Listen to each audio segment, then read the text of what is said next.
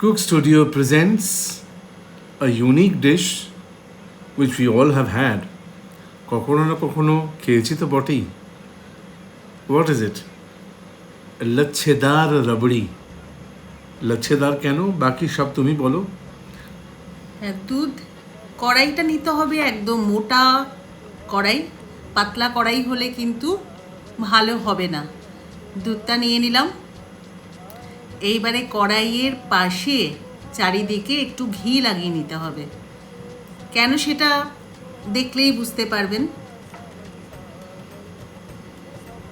এটা গরুর দুধ তো? গরুর দুধ। শুনেছি মোষের দুধে বেশি খুব ভালো ভালো হয়, খুব ভালো হয়।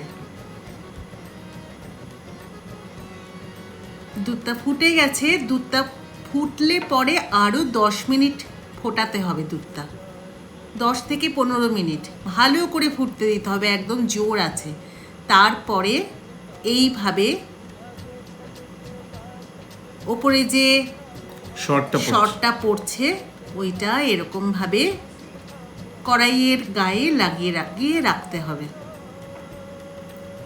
চারিদিকে লাগাতে হবে। এই যে আঁচটা কিন্তু লো টু মিডিয়াম ফ্লেমে আছে এখন।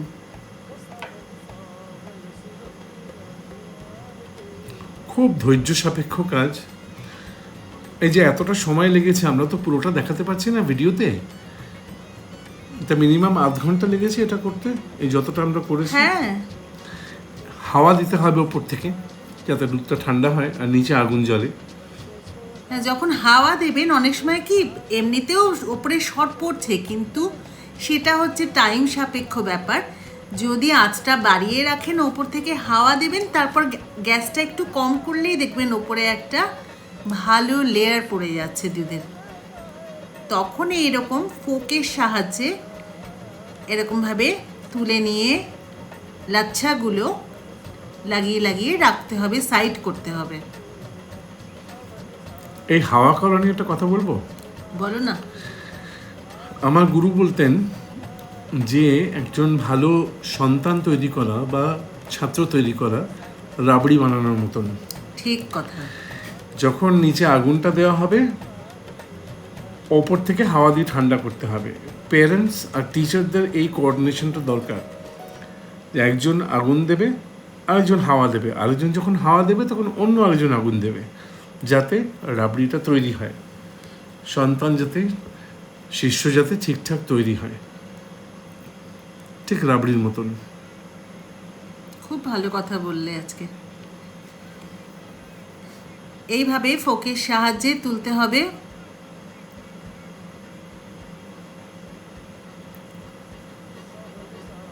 ওপর থেকে হাওয়া দিতে হবে, হাওয়া দিলেই ওপরে একটা লেয়ার তৈরি হবে। এই যে বোঝাই যাচ্ছে। এবং তখন মুষলধারে বৃষ্টি পড়ছিল যখন এসব কাণ্ড কারখানা চলছে।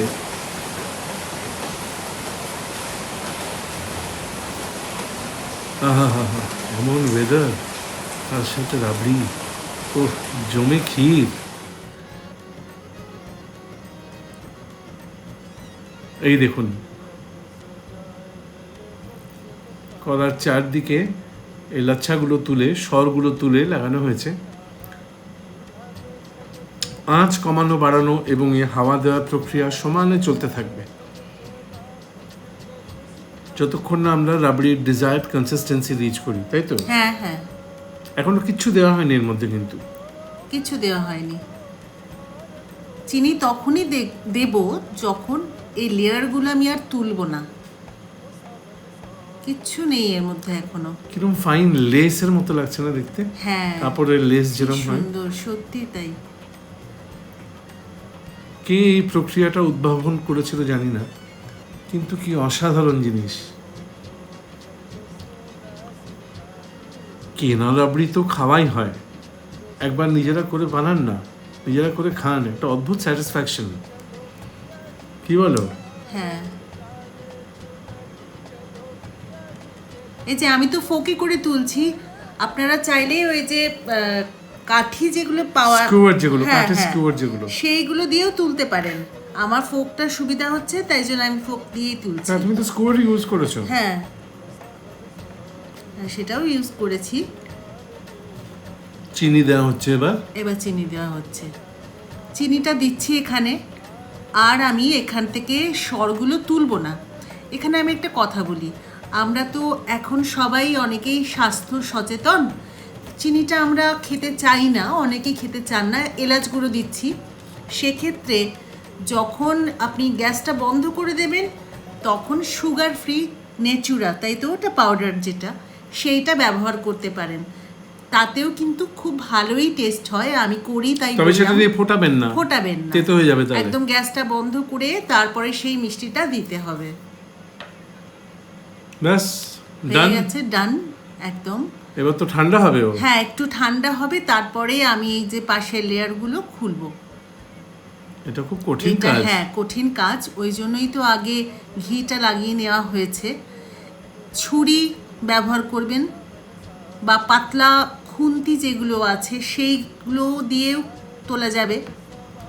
এইটা একটু মানে কষ্টকর, কষ্টকর বলবো না, কষ্টকর কি আর, একটু সাবধানে করতে হবে আর কি, হাতটা নিজের বাঁচিয়ে।